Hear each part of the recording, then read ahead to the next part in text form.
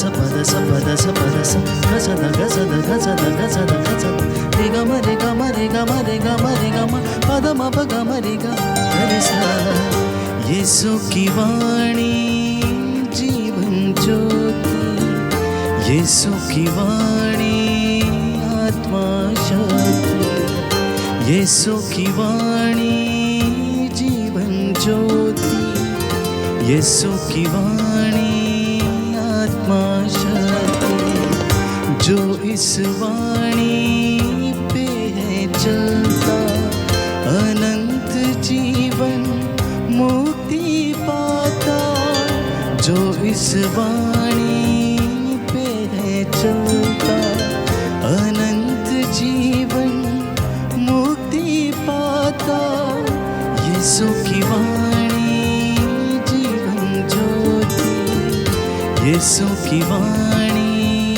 आत्मा शक्ति यीशु की वाणी जीवन ज्योति यीशु की वाणी आत्मा शक्ति।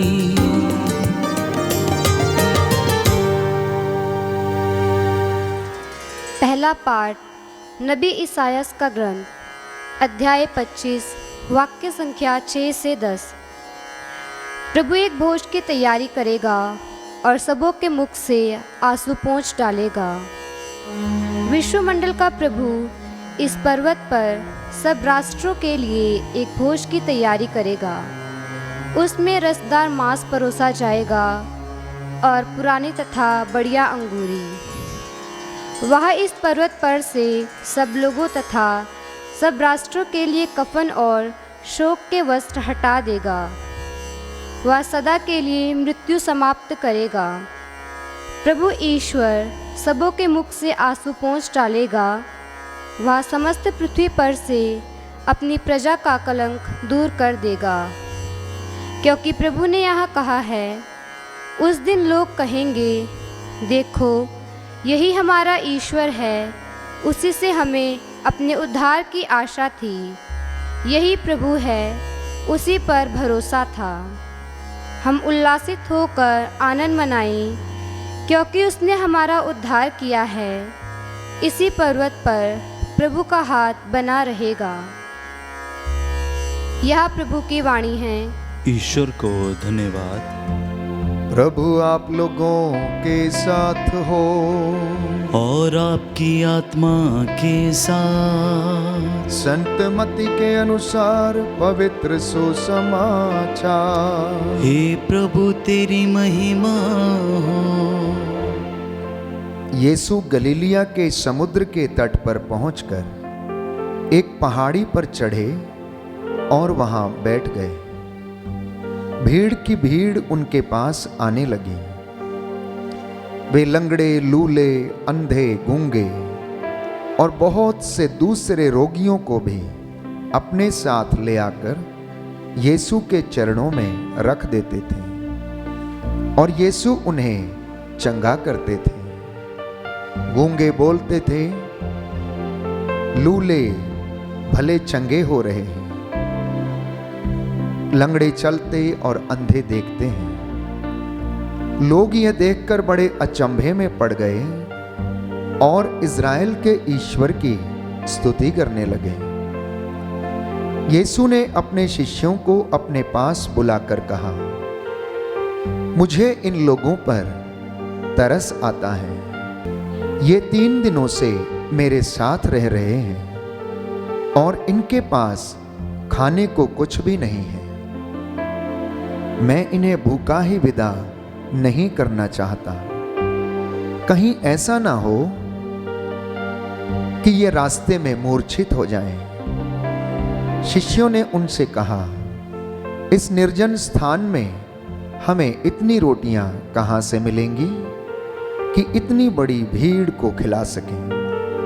यीशु ने उनसे पूछा, तुम्हारे पास कितनी रोटियां हैं?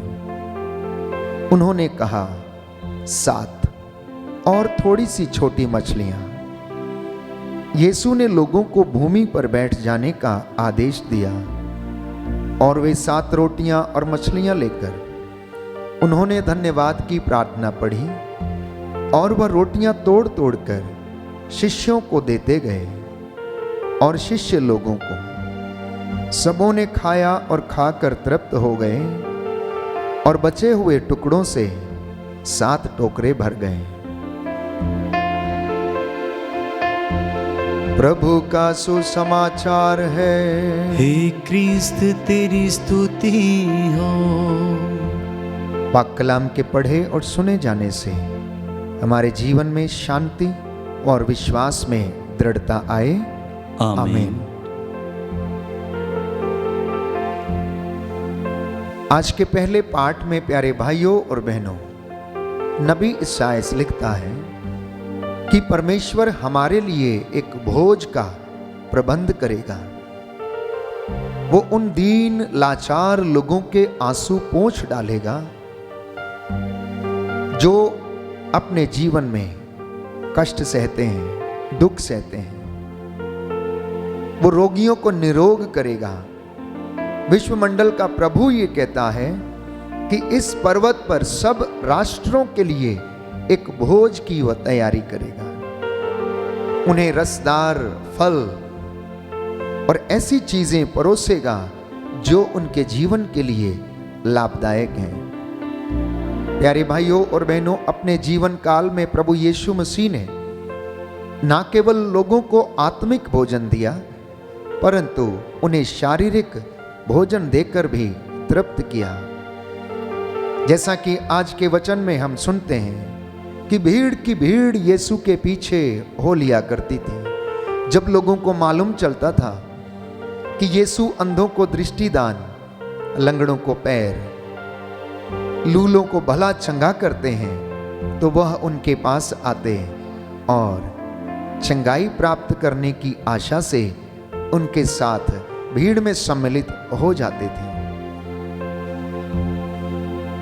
जब उन्होंने देखा कि बहुत बड़ी भीड़ उनके पीछे आ रही है और वो बिना चरवाहे की भेड़ों के जैसे हैं, 3 दिनों के से उनके पीछे पीछे वो चले आ रहे हैं और उनके पास खाने को कुछ नहीं है,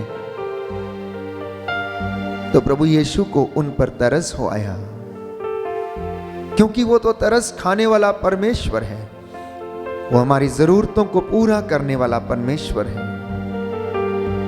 उन्होंने कहा कि हम इन्हें ऐसे ही विदा नहीं करेंगे, कहीं ऐसा ना हो कि भूख के कारण ये रास्ते में ही मूर्छित ना हो जाएं।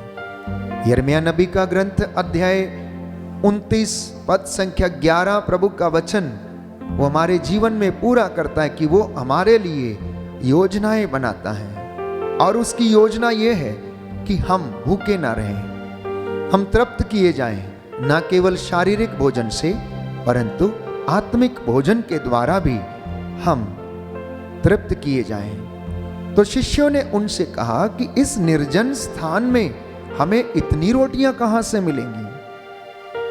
शिष्य लोग अभी भी प्रभु के सामर्थ्य को नहीं पहचान पाए थे।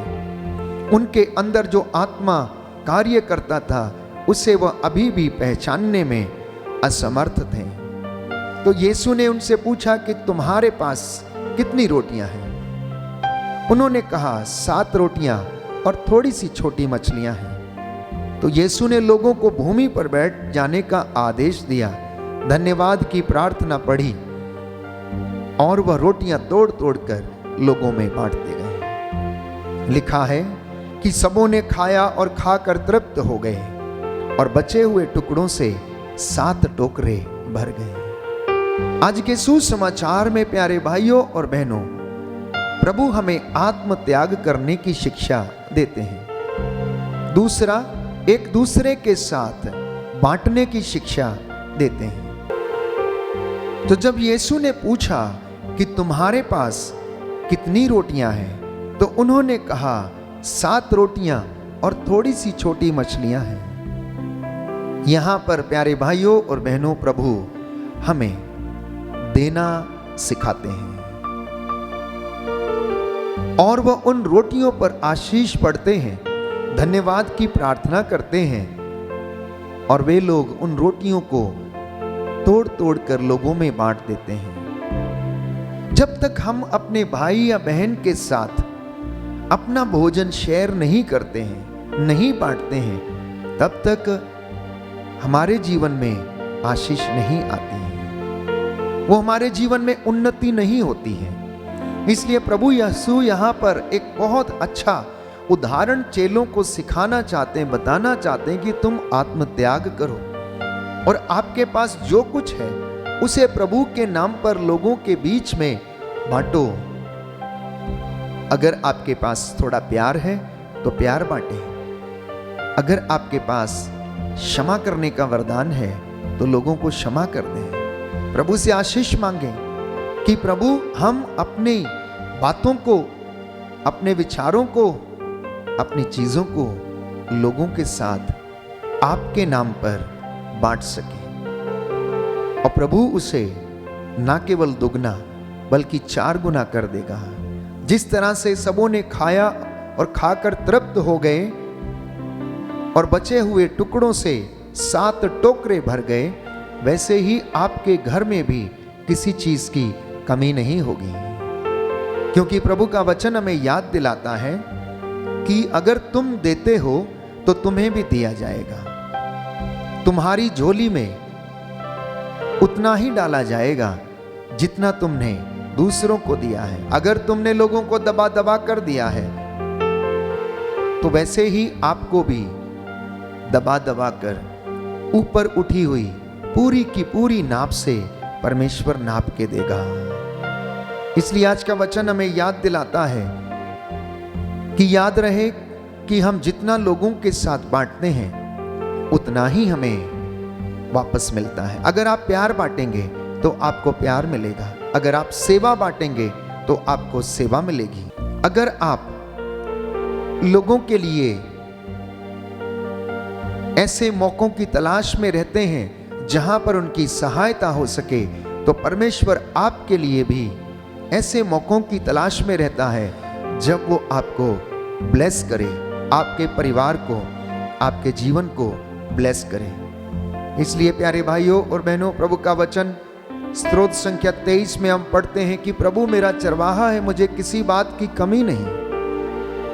वो मुझे हरे मैदानों में चराता है, जल के पास ले जाकर हमें नवजीवन का संचार करता है।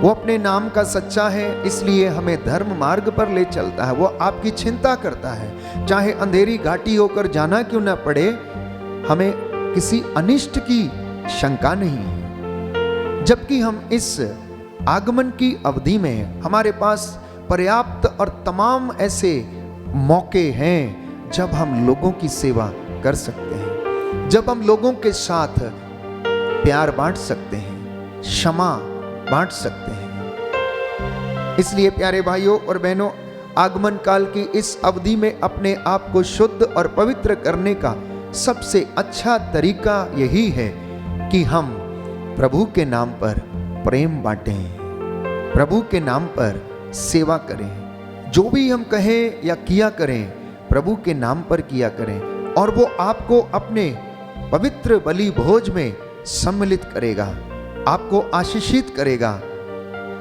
यही आज के वचन की शिक्षा प्रभु हमें देना चाहता है। आप और मैं उस पवित्र भोज के अधिकारी होंगे, आप और मैं उसके सिंहासन के पास बैठने के योग्य समझे जाएंगे, क्योंकि हमने जो कार्य इस धरती पर प्रभु के लिए किया है वो कभी भी भुलाया नहीं जाएगा।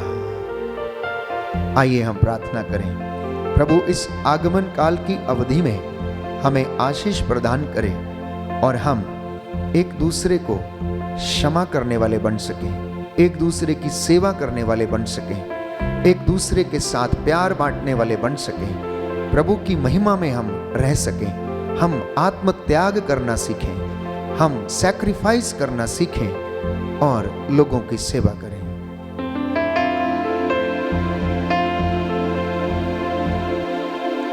हे सर्वशक्तिमान शाश्वत ईश्वर, सर्वव्यापी ज्ञानी पिता, तेरे इन बच्चों पर दया दृष्टि डाल, इन्हें प्रेम करना, क्षमा करना, सहनशील बनना सिखा दीजिए, इन्हें आत्मत्याग करना सिखा दीजिए आज के वचन के द्वारा इनके जीवन में आशीषें बरकतें आ जाएं।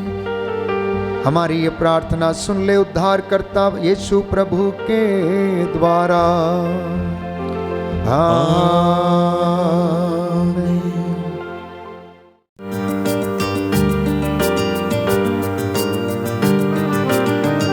यीशु की वाणी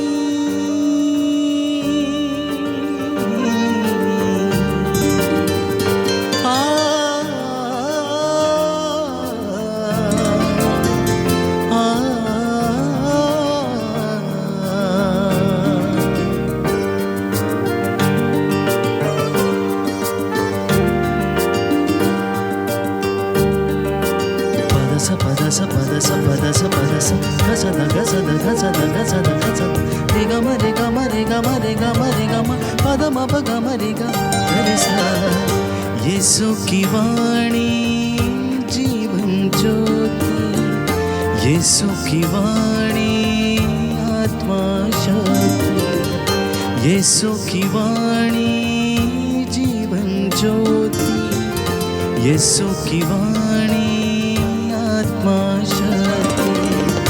जो इस वाणी पे है चलता अनंत जीवन मुक्ति पाता।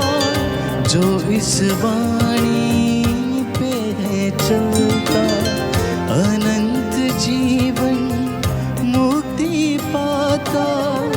यीशु की वाणी जीवन ज्योति, यीशु की वाणी आत्मा शक्ति, यीशु की वाणी जीवन ज्योति, यीशु की वाणी आत्मा शक्ति।